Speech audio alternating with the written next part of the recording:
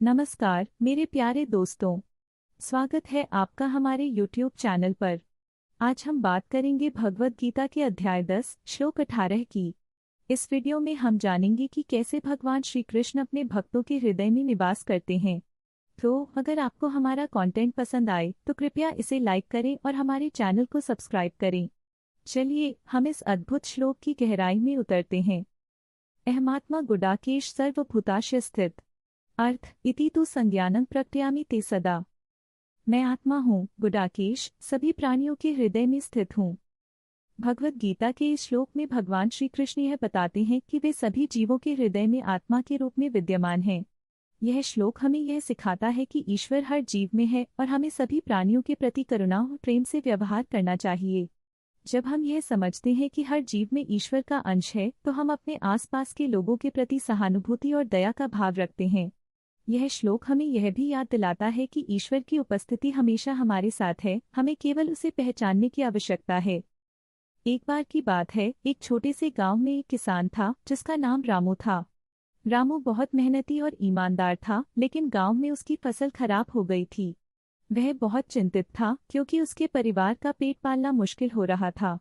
एक दिन रामू ने अपने मित्र श्याम से कहा, श्याम, मेरी फसलें बर्बाद हो गई हैं, मैं अब क्या करूँगा? श्याम ने मुस्कराते हुए कहा, रामू, चिंता मत करो। भगवान श्री कृष्ण ने कहा है कि वे हर जीव के हृदय में हैं। हमें उनकी कृपा पर विश्वास रखना चाहिए। रामू ने कहा, लेकिन मुझे तो कुछ समझ नहीं आ रहा। श्याम ने समझाया, देखो रामू, हमें सभी प्राणियों के प्रति करुणा और प्रेम रखना चाहिए। अगर हम एक दूसरे की मदद करेंगे तो हम मुश्किल वक्त का सामना कर सकते हैं। रामू ने सोचा, शायद तुम सही हो। उसने गांव के सभी लोगों को एकत्रित किया और कहा, भाइयों, हमारी स्थिति अच्छी नहीं है।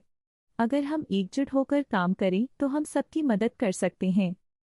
गांव वालों ने रामू की बात मानी और मिलकर काम करने लगे। उन्होंने एक दूसरे की खेती में मदद की और धीरे धीरे सभी की फसलें अच्छी होने लगीं।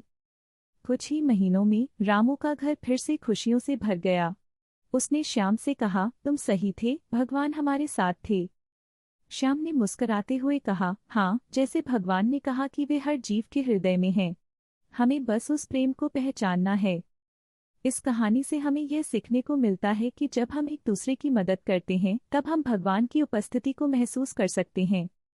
तो दोस्तों, अगर आपको यह कहानी पसंद आई तो कृपया इसे लाइक करें और हमारे चैनल को सब्सक्राइब करें। हम आगे भी ऐसी ही अद्भुत कहानियाँ लाते रहेंगे।